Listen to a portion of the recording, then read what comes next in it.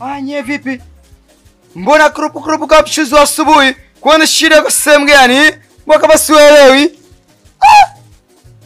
Kwa hiyo Cheusi, unataka kuniambia wewe ni kuadi sana wa kukuaidia wanawake za watu, si ndio?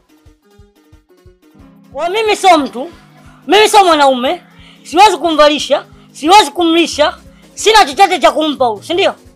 Wakati namfuata kwao ulikuwa hasa hapo mbona kama unazunguka utazari kama sijara fulani hivi umeme umekatika au imepita kwenye njia gari moshi Asa bonge kwa unataka kuniambia kama mimi nifanye kumkoadia huyu kama mimi sio mwana malijari sio mwana mashine au wewe hai Cheusi unalitoa fuse unajizima data, si ndio?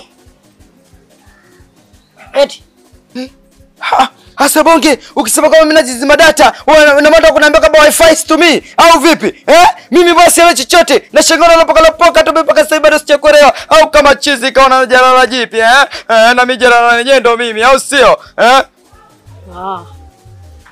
wewe shindo inakuwaje mnakutumiana messages mnakuadiana wanaume hapo Jose naomba mimi sio mwanaume hapaswi kuwa na mimi. Ulitaka waone nani? Sana udogo wangu na wewe. Kama mmeo anaona message uko hujazificha au password mnashirikiana kushare.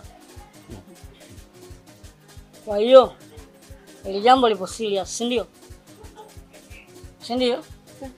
Nisikilize. Cheusi na kukabidhi mwanamke hapa.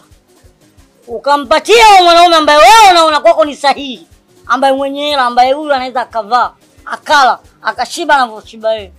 Unasemaje? Hapa baki mtu ukaambia bonge, hapa mtu abaki kwa sababu huyu hapa hajaje na sani yake kwa watu tunakula kwa mahesabu babu. Sio unaelewa? Huyu utaondoka naye.